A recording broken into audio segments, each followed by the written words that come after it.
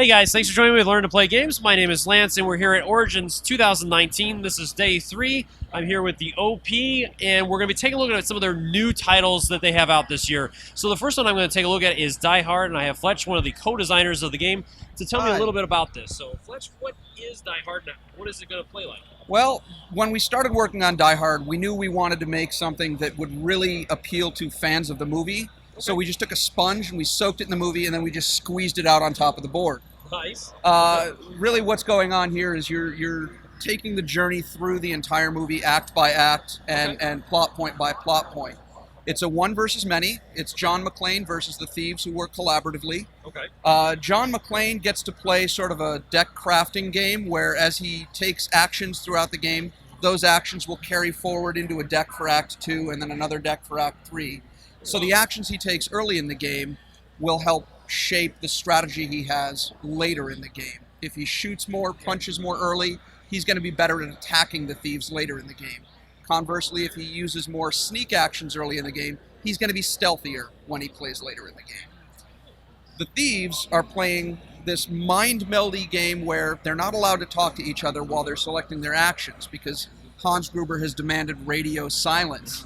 So they work with minimal information about which cards they should select from their hand to play. They've got a little bit of information, but really what happens is once they've got 3 cards down in the center of the table between them, 2 of those cards are going to help them hack the lock that they're working on. One of those cards is going to become actions. Okay. And the reason they want to hack these locks is that they have 3 acts in which to unlock 6 locks to the vault in Nakatomi Plaza before they can go to the roof, blow up the roof, bring in the FBI, have them shut the power grid down, open the last lock in the vault, and then make off with the $640 million in bearer bonds. Nice. So that sounds really cool. I am really excited about this one. So I'm going to jump behind the camera and get a closer look at this so you can see exactly how this game kind of plays and give you a good idea of whether this is one that you'd like to pick up or not. So let's go and do that. So this is our board for Act 1, and the game plays out in 3 acts. In each act, John McClane and the thieves each have a series of objectives that they're trying to complete before we move on to Act 2. In Act 1, John McClane's objectives are to find a machine gun, to find a radio, and to kill a thief, try on the shoes, and discover that he's killed the only thief with feet smaller than his sister. Meanwhile, the thieves, while also working on their locks down here, they're trying to find 3 hostages, they're trying to deal 5 damage to John McClane, and they're trying to track John McClane by occupying 2 of these red spaces after John has taken the red tokens off of them. Each round, John McClane has a series of cards in his hand, and he'll choose one of them to use as his action for the turn. So I'm going to look at these real quick. We're going to choose this one, put that face down. Meanwhile, the thieves have a lead thief who will show the other 2 thieves a card from his hand and place it face down. Then the second and third thief each choose a card from their hand and add it to that pool.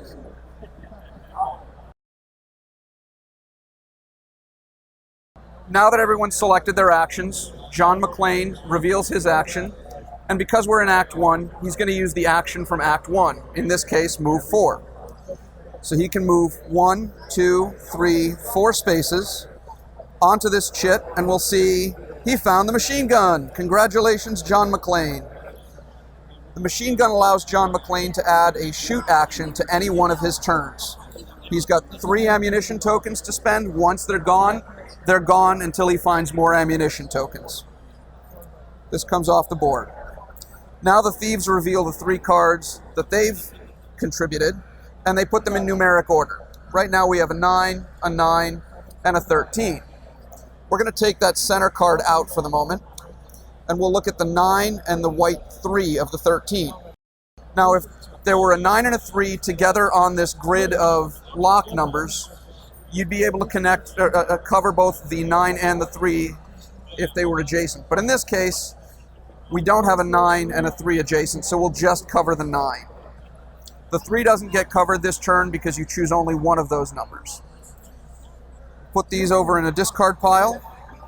Now we use the actions on the remaining card. They have a move 3, a punch 3+, and a punch 3+. This means that they can move 3 spaces. 1, 2, and they found a hostage. So this chit goes here on this tile up here. We can also convert any action on a card into a move 1. So if it looks like an action might not be all that effective for us, we can always sub out actions for a move 1. And in this case, we'll move 1 space here so that we're in range to punch. Punching is an attack action that happens when John and the thief are adjacent to each other, and either John or the thieves can attack each other. They both have punch actions in their assortment of actions. So in order to find out if we've successfully punched, it says punch 3+. I'm going to roll the die, and it's a 3, so he's successfully hit John McClane. When John McClane takes damage, he loses a card from the top of his deck, and it goes to a discard pile. This is important because this deck is John McClane's lifeline. If John ever has to draw cards and there are no cards left in the draw pile, John McClane will fall down, collapse, and die. The thieves also have scored a point on this objective here, draw blood, by successfully dealing attack damage to John McClane. The turn is now over. John McClane's going to move the card he played up into his played cards pile. And this is important because the cards that John plays carry over to Act 2 when Act 2 begins. John's going to select a new move. He's going to go with running on adrenaline, and he'll place it face down. The lead thief moves to another player. Each of the thieves gets a new card. And this thief will choose to play a 3. He shows it to the other thieves, plays it face down. Each of the other thieves contributes a card.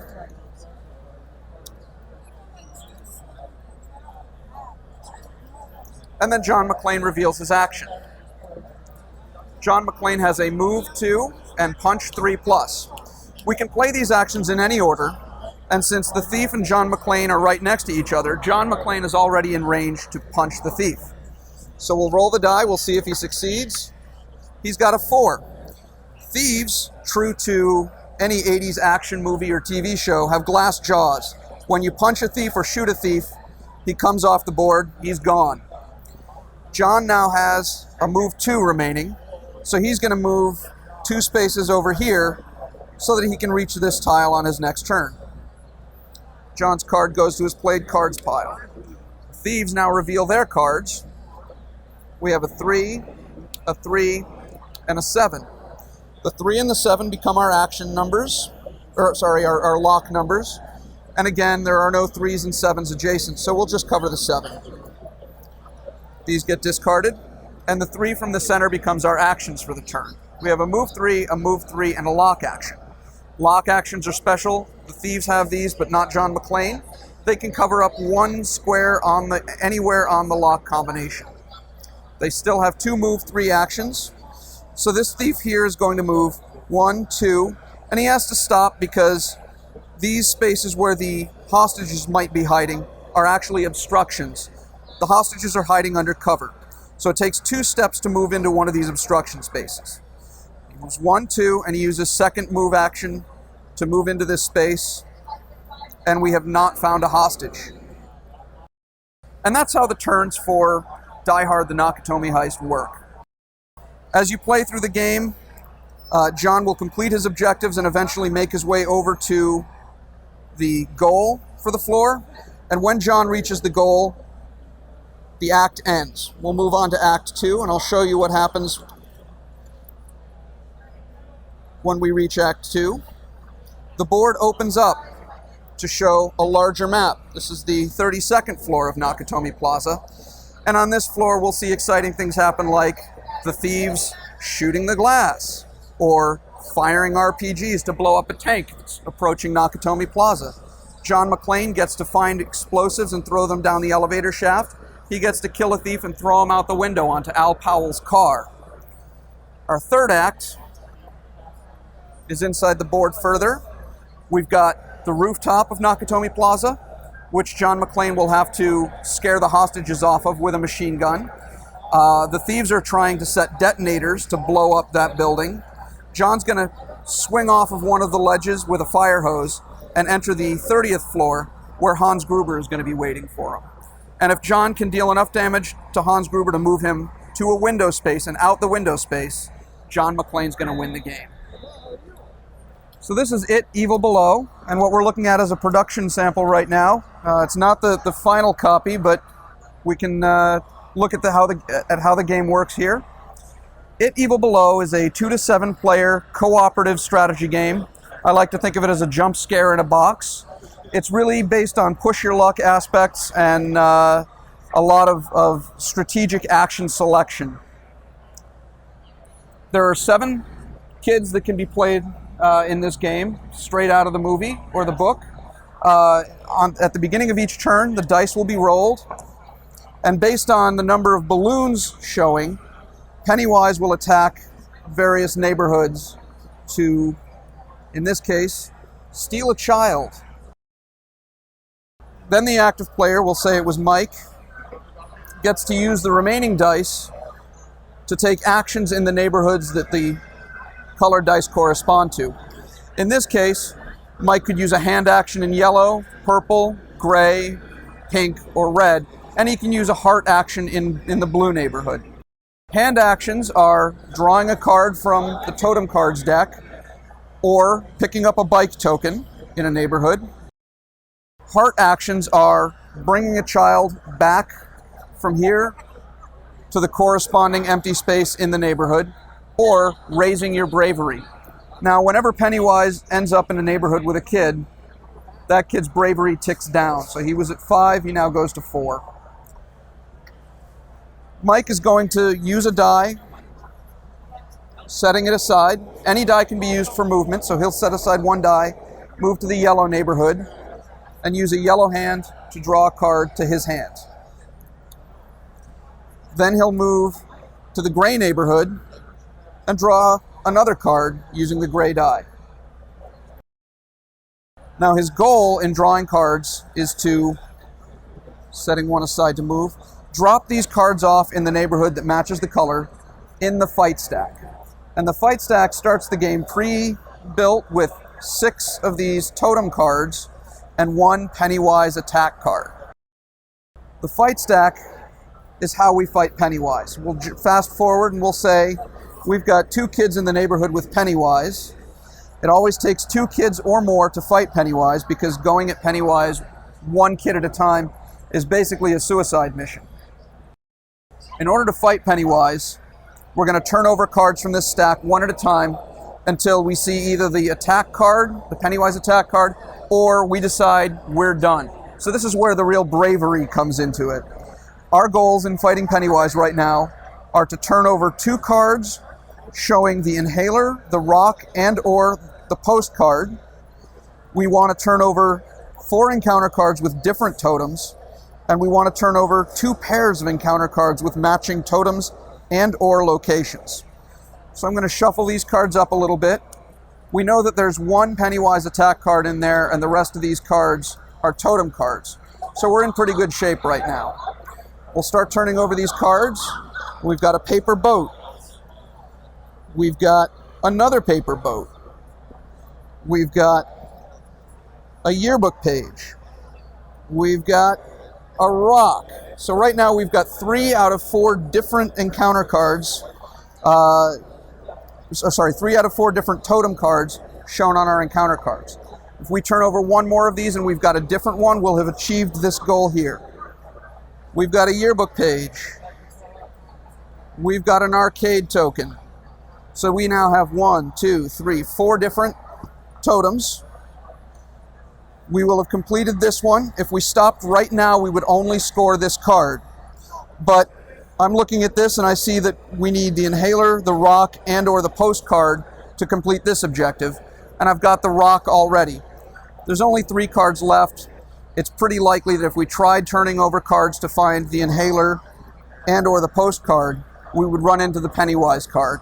So we're going to stop right now, cut our losses, and run. We'll complete just this 1 card for 2 spaces, moving up the track 2. And the remaining cards here are going to go to the discard pile. Now, sometimes when Pennywise is attacking the town of Derry, we'll turn over these balloon chips. They come out of the game, and they move a card from Pennywise's attack deck back into the fight stack. And this is how Pennywise gets stronger throughout the game.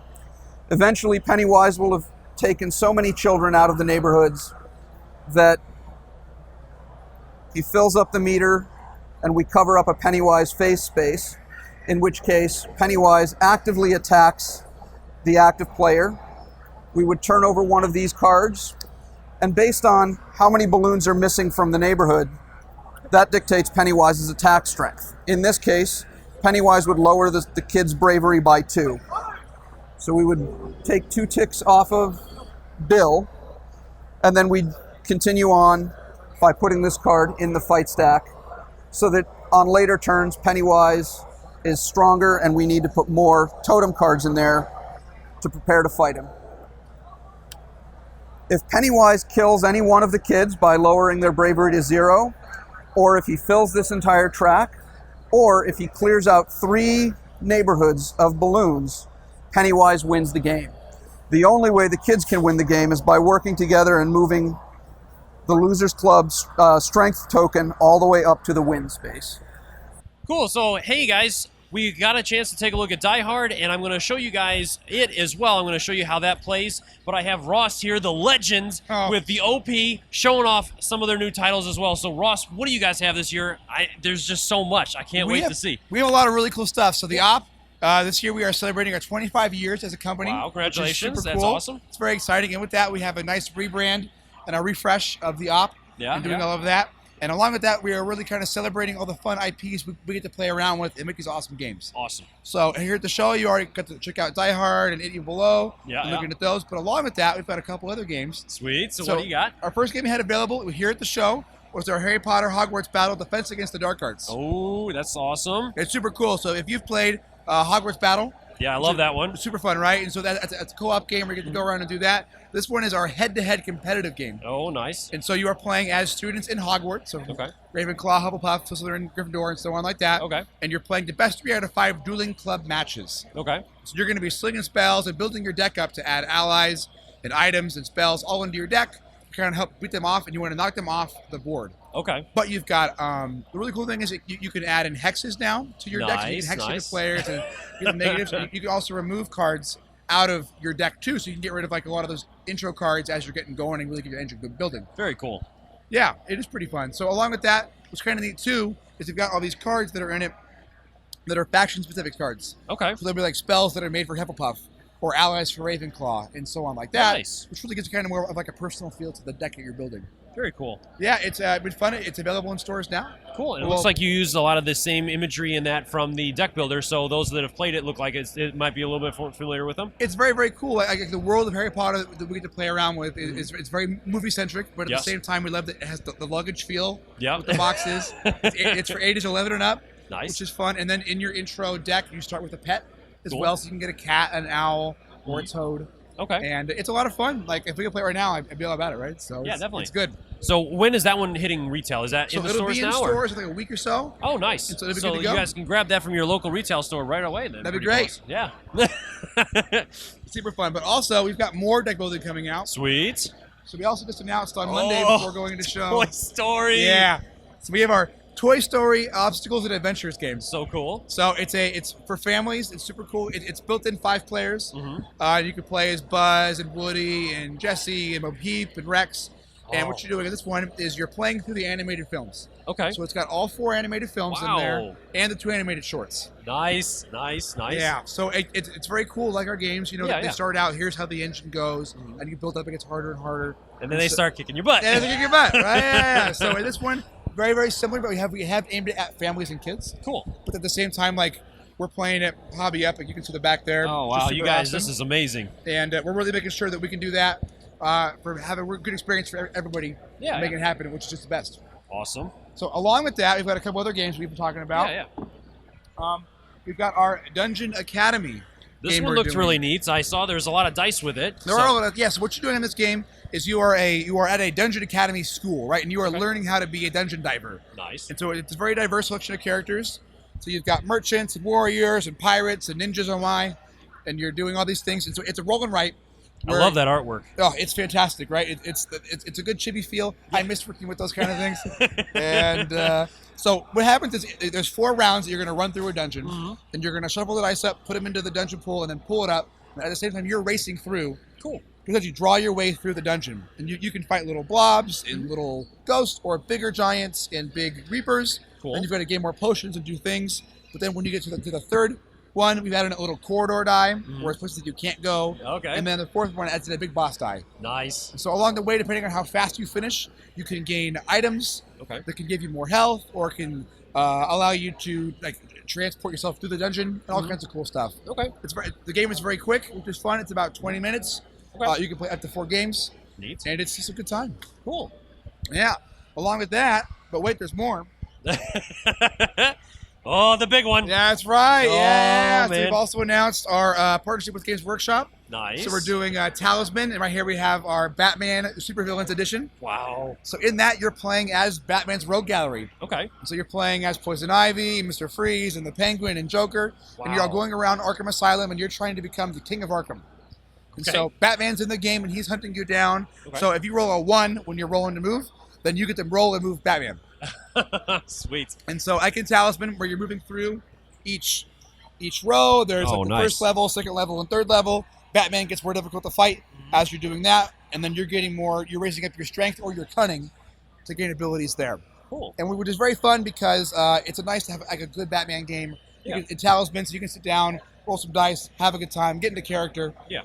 We've also streamlined the game, so it's about 3 hours now. Okay. 3.5 instead of like your hardcore. Oh yeah. No, those could go all night. So the cool thing is we have rules in there to make it still have that same Talisman feel. Okay. If you want to hang out all day and do that. Okay. Which is super fun too. So along with our Talisman Batman, which is coming out in about a month. Oh wow. It's very fun. Batman's celebrating its 80th anniversary this year. Oh man. And these are kind of the year of the villain. Yep, So it really partners up pretty well. We also announced a Kingdom Hearts Talisman. I saw that. That is crazy. It's going to be so cool. So it is super colorful, full of just everything you want out of a Kingdom Hearts game. Yeah. It's all based on the first Kingdom Hearts. Okay. So it's got a lot of characters from Square Enix and from Disney. Nice. And the board is very, very colorful. It's full of just all that Disney magic that you like to sing. Of course. And I can't wait to bust that out and have that. We couldn't bring it here, but we'll have it soon. Sweet. So with the talismans, are they just kind of reskins, or is there going to be different things that are going to make them feel unique from the old school talisman? So there are new things in the Talisman games. Sure. So we've worked very closely with Games Workshop to make sure that we have the Talisman feel. Of course. And also add our own little op flair to it, right? So the Batman is as the Reaper expansion, and he's built into there. There's a lot more character cards and item cards that really kind of help rev it up and give it you get very thematic. Okay. And just kind of here we are moving around doing a thing. And then instead of being Toad, you can go deranged, and you get all crazy that way. Nice. Which is super fun. And then it's also a lot more head-to-head. Okay. So you're doing a lot more fighting. Like, obviously, Talisman, there's a lot of fighting, too. But somehow, the feel of it with Batman, your Penguin's going to go up against Joker. You're gonna knock it out. Yeah, well, you want to steal stuff, right? Yeah, and so you're going to have Venom's tubes. You got to get more strength that way. Joker goes, I want to get those things. Cool. So you can do that. And then in Kingdom Hearts, it's much more co-op. So instead of fighting each other, what will happen is if you have an encounter where you face a darkness, you can work together to fight the bad things that are on the board. Wow, that is awesome. So, and that's very neat. It's very much more in the feel of Kingdom Hearts 2. We're all on the same team. Soka's not going to fight Goofy. That's cool. So, I was a little worried about that. I'm like, how's that going to work? But that's really cool. It's got a good co-op into it. We really want to make sure that there hasn't been a Kingdom Hearts game. Yeah. And so we really wanted to make sure that we captured the essence of what that was and put it into a game that Kingdom Hearts fans want to play, Talisman fans want to play, because the Kingdom Hearts Talisman has been around for forever. Absolutely, yeah. And it's cool that we get to play around with these licensed Talisman versions. Definitely. And really kind of create a game that people want to play and buy. Awesome. Well, for those of you guys that want to pick up the Batman, like you said, it's going to be out in a month. And let me tell you, I got a chance to see the miniatures for this. They are beautiful. My God, you guys are just knocking it out of the park. It has been fantastic. So we are growing as a company. It's been fantastic. And our in-house design studio for sculpting, they've been just rocking it. It's been really, really cool to see what we're doing. Awesome. So what about the Dungeon Academy and Toy Story? When can we expect to get those potentially? So those will be around August later this year. Okay. So they'll be available in stores, and you'll be able to find those and do it all up. Okay. Anything for anybody that's heading off to Gen Con, maybe? So, yippee-ki-yay. We're going to be bringing the party to you. Die Hard's going to be a big focus for us at Gen Con, Definitely. which is going to be a lot of fun. It's going to be a big focus for us at Comic Con. And then we'll have a couple other surprises that we haven't even announced yet. There we are. There's more. There's more. And it's going to be magical. So I cannot wait to see what we do and how everybody is excited for the things that we get to do. It's just been great. Harry Potter's been fantastic. Die Hard's been a lot of fun. DC with Batman's been great. We have a few more in-house games too we've been doing. We have Astro Trash. Oh, wow. It's a nice semi-simultaneous roll. You're trying to get all the trash off your planet. It's been super cool. There's nice thick plastic pieces there. Sweet. We have another cat game coming out called Furry Foodies. Oh, okay. Where you're playing cats pushing things off the kitchen tiles. It's been a lot of fun to play. So it's going to be a good time from the op. Awesome. Yeah, you guys got a little bit for everybody, every kind of gamer out there. So whether you're a family or a hardcore gamer, they have got a game that will fit your needs. So thank you so much, Ross, for taking us through this. For those of you guys that are watching, thank you for watching. As always, if you have any questions or comments, leave those in the comment section below. I'll do my best to answer them, or I'll shoot them over to Ross. Maybe I'll get some stuff. We'll take care of it. And yeah, definitely be on the lookout for any of these games and all of these games at your local retail store. And a lot of them are really soon around the corner. So thank you guys, and we'll see you later. You.